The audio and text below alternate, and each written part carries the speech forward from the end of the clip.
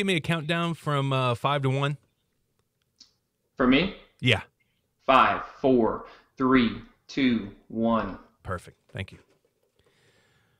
All right. Here we go. In 3, 2, 1. 92.9, the Lake playing the greatest hits of all time. We've been teasing it all show long. We have meteorologist Zack Fradella here with us. Zack, how you doing, man? Good. How about you? I'm doing great. Now, you'll probably remember the name. He was from KPOC. Now you're doing your own thing. You got a website up. You're doing great things on social media. Tell everybody where they can find you right now, Zack.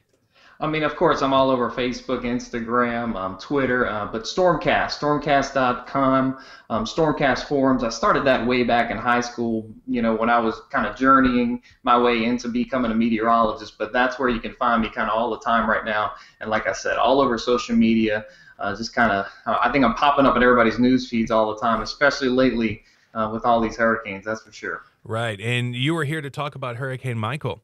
Now, okay, so your website, you focus on Gulf weather. So this is right up your alley right here.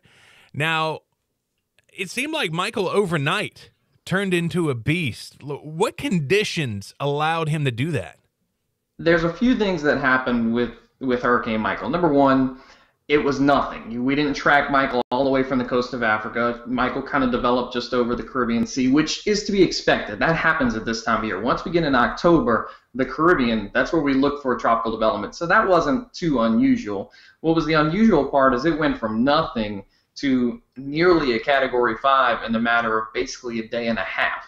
That can happen, though. That's not totally unheard of. What happens is it's called rapid intensification. And whenever a hurricane goes through these phases of rapid intensification, they can strengthen multiple categories or go from a tropical storm to a major hurricane in a very short period of time. A couple examples, Katrina, which obviously impacted the New Orleans area. Katrina went from a tropical storm over the Bahamas, then kind of moved across Florida, actually strengthened as it moved across Florida, the southern portion of Florida, which is the Everglades. That's like the swamp, so that's not really that much landmass.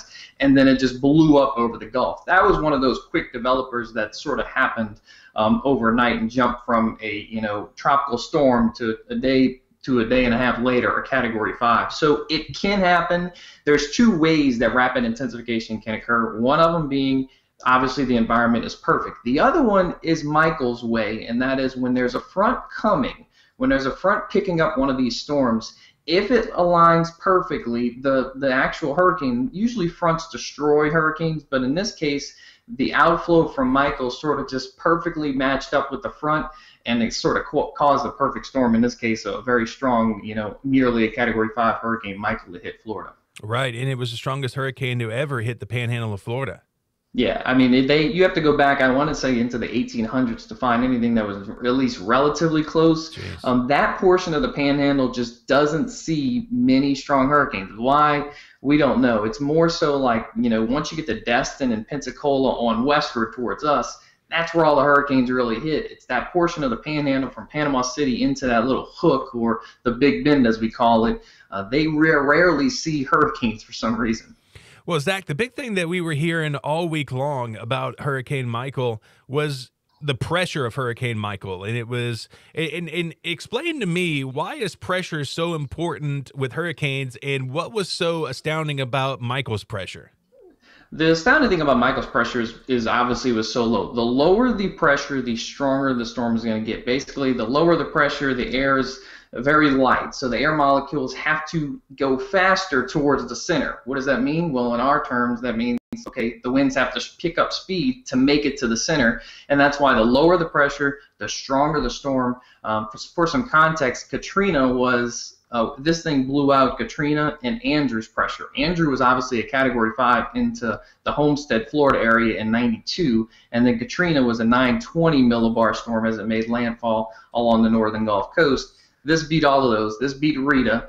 It is the third strongest mainland U.S. hurricane to make landfall, so it is top many charts. Now, when you go to the entire Atlantic Basin, it's a top 10. There's been multiple bigger storms, especially in the Caribbean, where they're just going into Mexico. Those storms tend to be a little bit stronger. But when we start talking about getting something this strong, this far north into the Gulf Coast, into the United States Gulf Coast, that is a big feat.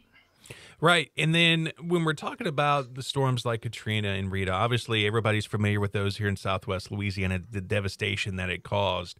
Now, I don't know if you've heard any statistics so far, but I heard this morning that right now, only one confirmed death. That is what I heard too. That is amazing. Which is astounding. There's two ways to look at it. Hopefully, it's everybody paid attention. They knew what was coming. They left the places that needed to evacuate. They evacuated, and the places that say those residents that didn't evacuate, they got into a safe shelter. They did not put themselves at risk. The other way we can think about it is just because it did hit Panama City, but it missed them to the right.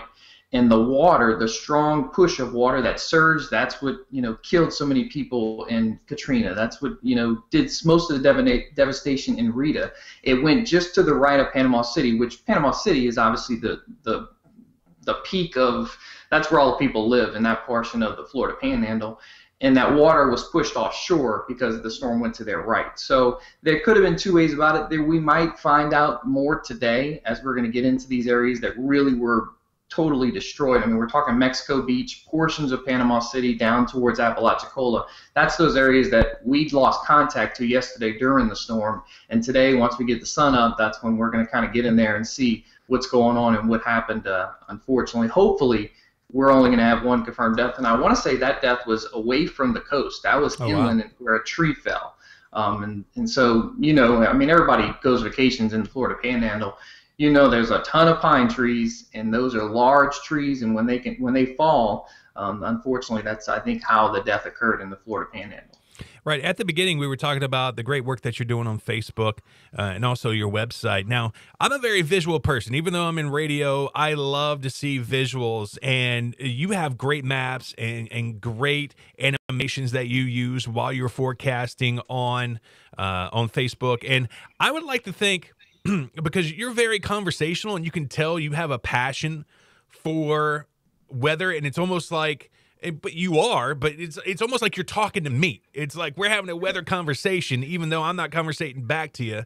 So kudos, you do a great job on Facebook and on your website with your weather. Now, I saw a graphic, and I want to see how true this is, if you've seen this. It was a wind speed graphic, and close to the eye of the hurricane, wind gusts up to 196 miles per hour. That's a tough one. We don't really know. When we talk about 155 miles per hour landfalling storm, that is technically sustained wind. So that is a constant wind. That's not like, we're so used to, anybody who's been to a hurricane, those gusts just come pouring through. How sustained those gusts are determines whether it's a sustained wind. So I know I had a lot of questions yesterday, what is 155? Is that way up in the atmosphere? 155 is, the surface of the ocean blowing constant. Now, as soon as that storm hits land, there's friction. Right when you start hitting buildings, right when you start hitting trees, that air starts to lift, and the wind speeds start coming down immediately. I've not seen anything sustain 155, but I don't think our weather instruments can sustain themselves in that kind of wind speed. Most of them failed around 130. That's the peak that I've seen. Is 130 was the most, or the strongest winds I've seen with this storm. But they all failed, and once they fail, we kind of lose out on getting that good information. But the gusts, you could have strong gusts. We're talking maybe a 15-second gust or a 10-second gust. Could be 175, 180, but there's a calculation. Whatever the wind speed is, there's a calculation that makes up the gust. That doesn't mean that we found gust in the hurricane that force. All right. Well, follow Zack on Facebook, Meteorologist Zack Fradella. You'll remember him from KPLC. He's doing great work on Facebook and his website. Zack, tell him your website one more time. It's a stormcastlive.com. That's where you can find me. And like you just now said, Zack Fradella. I'm on Facebook. Just look up Meteorologist Zack Fradella. Instagram, Twitter. You'll probably find me, especially if you never know. We're coming into winter. Maybe we'll have another snow event. Oh, man, my kids, they already have a bet with me about that. They said, Dad, I bet you $100, and I may be a fool to take this, but they said that, that it would snow again like it did last year. And I was like, you understand how crazy that was? I was like, I'll take that bet. It rarely happens 2 years in a row, but I will say this winter might be a very cold winter. Even though this is our first front. Right now we're getting our first front, but that's to be expected. When it's going to be a cold winter, the fronts stay a little later, but then they get a lot stronger once we move into that period of time. So you never know. It could happen, that's for sure. It was a fun time. I love forecasting, snow because we rarely forecast it right. That's what makes it very difficult. You know what? I would gladly drop a Benji if it snowed again, especially around Christmas time, because I'm tired of sweating and wearing shorts every Christmas. Oh, I agree. I love the cold weather, and hopefully it comes sooner rather than later. All right, Zach, man, this was an honor. Thank you so much for your time and just educating us a little bit about hurricanes and about Michael. And again, doing a great job. Facebook, search him out. Meteorologist Zack Fradella. Thanks, bud. Thanks for having me. All right, man. Man, thank you so much, dude. No problem. Yeah, appreciate it. And have a good one. You too. Keep up the great work.